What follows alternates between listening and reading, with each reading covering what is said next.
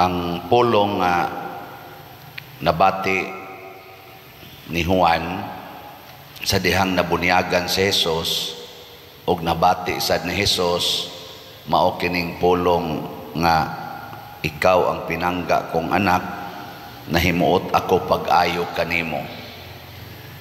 Mao sad ni ang pulong nga gisulti sa Ginoo matag higayon nga dunay bata or tao nga bunyagan. Nganong nahimuot man ang amahan ni Jesus, una tungod kay si Jesus way sala. Lingay mong tupad inanakay sa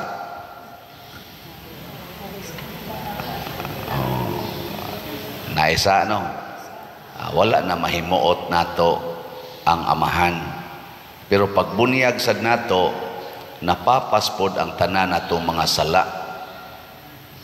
Kada sad nato kumpisal, mapapaspod atong mga sala. Ngayon ikapapas atong sala, moingon dayon ng amahan, ikaw ang pinangga kong anak, nahimuot ako pag-ayo kanimo. Way problema sa pagkapinangga. Kay kana mga anak nga buangon, pwede man sana panggaon sa ginikanan.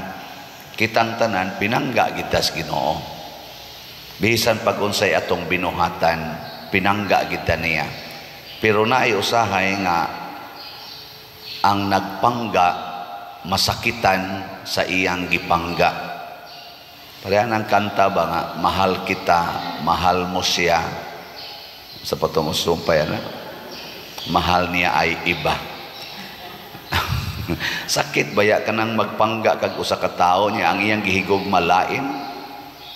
Inahan ka, nagpangga ka sa imong anak, niyang imong anak adto magsigig kuyog sa iyang uyab nga manuyupay ra ba kay ignaw? No? Kanang wa nimo mauyon ni nga tawo maogi uyabon sa imong anak nga babae or sa imong anak nga lalaki, nya ikaw gasigi kag pangga niya, siya sad adto sa gyud mo kuyog atong wa nimo mauyon ni. Sakit baya? Muna magparis unta ning duha, ikaw ang pinangga kong anak, nahimuot ako pag-ayo kanimo.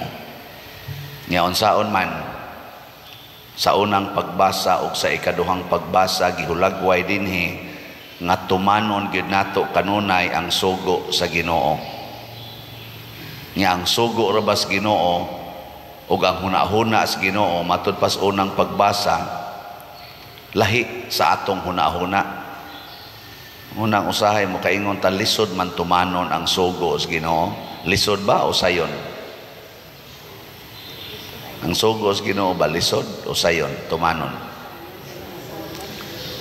Mo na kay ang imong gihunahuna, ang imong manghunahuna lisod gyud. Pero si San Pablo niingon diri sa atong ikaduhang pagbasa nga sayon kay tumanon ang sugo sa Ginoo. Ngano man kay nisod man nato ang Espiritu Santo. Nya ang Espiritu Santo mao may maghatag nato sa guidance o sa gahom aron matuman nato ang sugo sa Ginoo. Parehara gud na kanang sakyanan ba? Lisod ba ang pagdaga niya o sayon? Ha? Kung ato nang iduot, di ta na paandaron, porti lisura. Adto tagliluan, niya magduotan ang sakyanan, na panington gyud ka. Pero naaman na siya'y makina, paandara.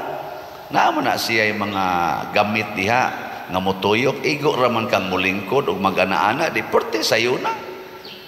Ug mo drive lang yung kasasakyanan, niya kamao kang mo drive, porti sayo na padaganon. Pero di ka kamao mo drive, imong iduot, tungod lang kay nailigid mo tuyok, aperting kapuya.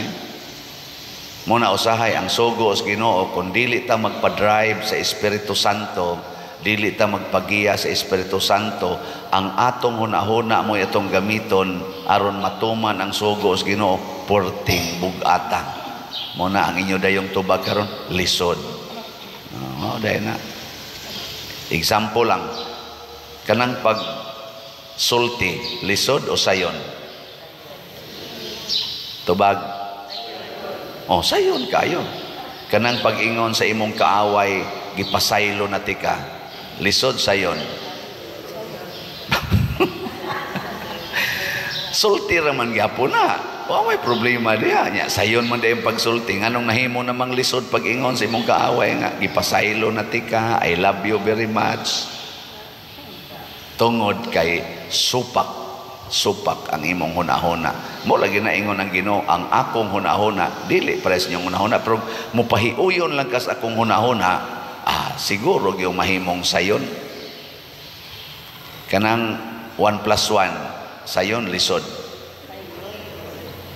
Okay, nisunod man kas maestra, pero himo ang 11, di ba, sige kag kasiro, lisod kay pagpasar.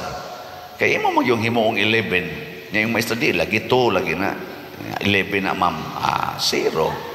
Di man pareha imong hunahuna, pero mapahiuyon lang kas maestra, memorizon lang to nimong tanan niyang gitudlo. Inig himos exam, sirit-sirit lang kag answer.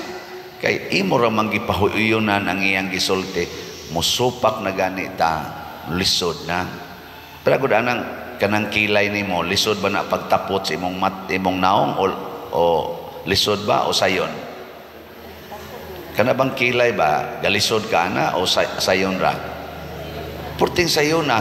Pero gimo na ng kiskisan nya ika na magbadlis-badlis, purti lisura kay lisod kay angayon ay. magkabuang yung kag tutok sa imong kilay unsaon pag-angay hasta dapit tumoy ngari. Nga imo ra jung gilisod-lisod nga wa man gid unta na manghilabot ang kilay diha, nararamang gid unta na siya. Ang imo lang hunahuna kay dili ka makadawat. Namo na imong kilay nga gihatag sa Ginoo. Kanang imong naong galisod ka sa iyang paghimo anang imong naong, kanang color sa imong naong, galisod ba ka na? Galisod ta ani? Wow, pagbata na to nana ng colors naong, imo mang usbong color deporte lisura. Gasto pag yung kaayo. Mao na siya. Sa ato pa mahimo ra kitang makapahimuot sa Ginoo. Kay pinangga naman taniya kung mo pahiuyon taniya. Unsa may dangatan kung mo pahiuyon tas Ginoo, matuman ang tanan nga makalipay nato. Hasta pang kining pagkaon o uban pa wa na tay problema. Matud pas unang pagbasa, wa na mo magkinahanglag kwarta aron makakaon. Kaon mo, way limit. O na ka na bitang magsigig sunod sa Ginoo, magsigig yung pahiuyon sa kabubuton sa Ginoo, di gid na magutman. Way gutom, way stress, way problema. Pero kanang magsigig supak-supak sa sugo sa Ginoo, pagkalainag yung naong ana, nagilingay mong tupad, yung napakay problema. Na igasos ang problema na kupadir, gilukdo, gipasan, giba, gikugos o giagak, giguroy pagyod ang uban, purting problema. Usa ra gyud rason na nagsupak-supak kas Ginoo. Kana ra gyud. Kay kun mo pahiuyon tas gustos Ginoo, labi na gid sa gusto ni Santo Niño, sus kanamo maluoy kaunta nga kanimo nangilaba, magbaha-baha ginang grasya. Pero musupak ta, moingon gyapon ta, nasa nang slat, unsao nang slat. Maproblema gyud ka. Ana. Matod pa sa atong tubag sa Salmo, unsa to? Singgit kamo sa kalipay ug kasadya kaysa taliwala kaninyo anaa ang dako ug santos sa Israel, sa taliwala kaninyo. Dinhi ron sa atong pundok, nias atong taliwala ang Ginoo, nias altar naa sa diha. Unyahain man ang taliwala nato, naa sa atong kasing-kasing, naa sa kinauyukan sa atong kinabuhi, naa sa diha ang Ginoo. Kung maminaw lang taniya, nya musunod taniya, pertig yung nindota. Bisan ang atong kalisod, mahimong kalipay. Bisan ang atong mga problema, mahimong mga grasya sa atong kinabuhi. Ako sa una, problema gyud kaayo ko aning kanibang mga tao nga magsigig libak nako. Portig yung problema ha, di biasa yung kanang libakon ta no, kanang dauton ta, pagka problema ha yun. Pero sa dihang akong gisunod nga niingon higugmaay mong kaaway, sa una murag lisod, pero karon adi na gid lisod eh. Daghan na kay ko kasinatian nga kanang magsigig pangaway nako, ako ra gid nang higugmaon pagkagaan gi sa atong bation, magatubangay ta nila, nindot kayo atong bation. Pero ang na problema ang katong mga palaaway kay inigatubang nila nako, mag-smile ko, kapatyonon man sila nako. Pero yung problemahan nila, ako'y problema kay bisag ila pa kompatyon. Okay naman yapon. Ana, atis nakasuway mo sa mga no.